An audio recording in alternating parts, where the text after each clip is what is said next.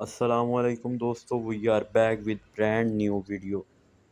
تو اس ویڈیو کا تھمبنیل آپ لوگوں نے دیکھ لیا ہوگا، وائی ایگو چوز اساگی، کہ ایگو کو یا ایگو جو بھی اس کا نام ہے، ایگو جین پاچی اور ایگو جین پاچی، کہ اس نے اساگی کو کیوں چنا تھا ایز اے اسٹرائکر کے لیے۔ تو دوستو آپ لوگ تصور کریں کہ آپ کو ایک مشن دیا گیا ہے کہ آپ کو ایک ایسا اسٹرائکر چاہیے جو جاپان کو ورلڈ کپ میں لیڈ کرے۔ سینکڑوں باصلاحیت نوجوان فارورڈز، کس میں سے آپ چنیں گے؟ یا سب سے تیز کھلاڑی، یا سب سے زیادہ مضبوط کھلاڑی، یا وہ جو قدرتی طور پر جینیس ہو؟ لیکن جب ایگو نے بلیلو لوک کو بنایا تو ایک کھلاڑی نے اس کی توجہ حاصل کی۔ وہ رین ناگی یا بارو نہیں تھا، بلکہ وہ اساگی یوئیچی تھا۔ اساگی پہلی نظر میں کوئی ایکسٹرا آرڈنری کھلاڑی نہیں لگتا تھا، بالکل زیرو سے اس نے سٹارٹ لیا تھا۔ اس کے پاس کوئی ایسی زبردست جسمانی صلاحیت بھی نہیں تھی دوستو، لیکن اس کے باوجود اساگی مسلسل سروائیو کرتا رہا بلو لوک میں۔ جنہوں نے بلو لوک اینیمی دیکھی ہے انہیں پتہ لگا ہے۔ اور ایگو کو دوستو اس پر نا بھروسہ یا کہہ لو کہ بلیو تھا ایک قسم کا کہ نہیں یہ اس میں کچھ ہے۔ تو دوستو بلو لوک کا اصل مقصد کیا تھا؟ ایگو نے اساگی کو کیوں چنا؟ یہ سمجھنے کے لیے یہ سمجھنا ہوگا کہ بلو لوک کیوں بنایا گیا تھا۔ کیوں بنایا گیا تھا؟ اسٹرائکر کے لیے۔ تو دوستو بلو لاک صرف جاپان کا بہترین اسٹرائکر ڈھونڈنے کے لیے نہیں، بلکہ دنیا کا بہترین بلکہ اسٹرائکر ڈھونڈنے کے لیے تھا۔ آپ لوگ اسے یہ بھی کہہ سکتے ہیں کہ اس بلو لاک پروجیکٹ کو اس لیے ڈیزائن دیا گیا تھا کہ یہ دنیا کو ایک بہترین اسٹرائکر دے سکے۔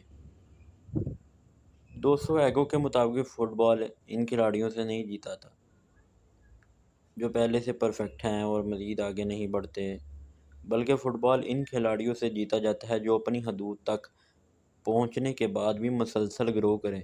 ایگو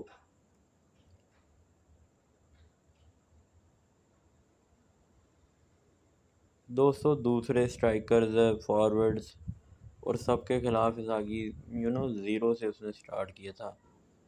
اب بات کر لیتے ہیں رن کی۔ رن زبردست ٹیکنیک تھی اس کے پاس۔ Nagi is a lazy genius بہت اچھا بال کو کنٹرول کرتا ہے۔ چگری کے پاس سپیڈ تھی، بارو کے پاس طاقت تھی اور اعتماد تھا، لیکن اساگی کے پاس کچھ بھی نہیں تھا۔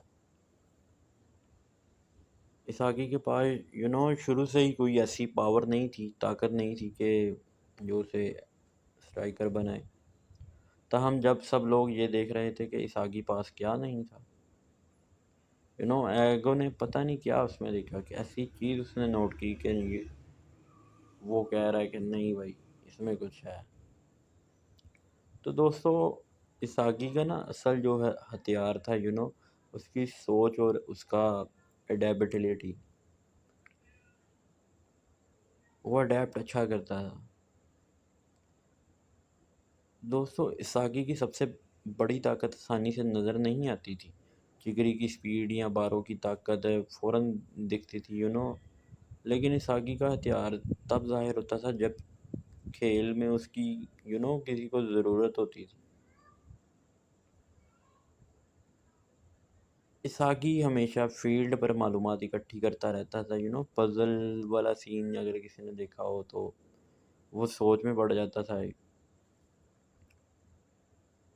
ہارنے کے بعد دوسرے کھلاڑیوں کو مایوس ہوتے دیکھتا تو اساگی کیوریس سا ہو جاتا تھا۔ یہ بھی سین آپ لوگوں نے دیکھے ہوں گے۔ پھر اس نے کہا نہیں اب خود کو بدلنا ہوگا۔ وہ بہتر بننے کے لیے، اپنے کھیلنے کے پرانے انداز کو قربان کرنے کے لیے بالکل ریڈی تھا دوستو۔ جیسے جیسے مقابلہ بڑھتا گیا اساگی کا سامنا اپنے سے بہترین سٹرائکرز کے ساتھ ہوا۔ رن کے خلاف اساگی نے دیکھا کہ رن کھیل کو کیسے کنٹرول کرتا ہے۔ اس نے اپنی ہی ایک فیلڈ بنائی ہوئی تھی رن نے، جب اس کا رن ورسز اساگی میچ ہوتا ہے۔ بارو کے خلاف جب کھیلتا ہے تو دیکھتا ہے کہ نہیں یار اس کا سٹائل بالکل الگ ہے، اس کے پاس طاقت ہے۔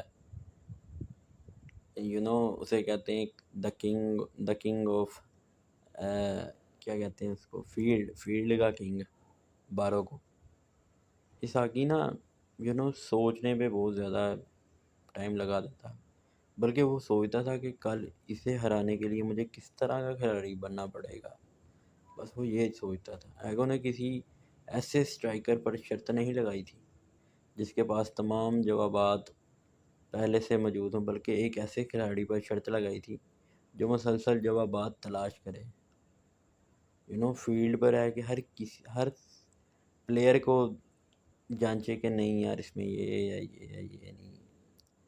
ایگو ایک ایسا کھلاڑی بنانا چاہتا ہے جو صرف ایک قدرتی صلاحیت پر انحصار نہ کرے دوستوں، بلکہ جب بھی کھیل کی ضرورت ہو تو وہ ایک نیا ہتھیار بنائے اپنا.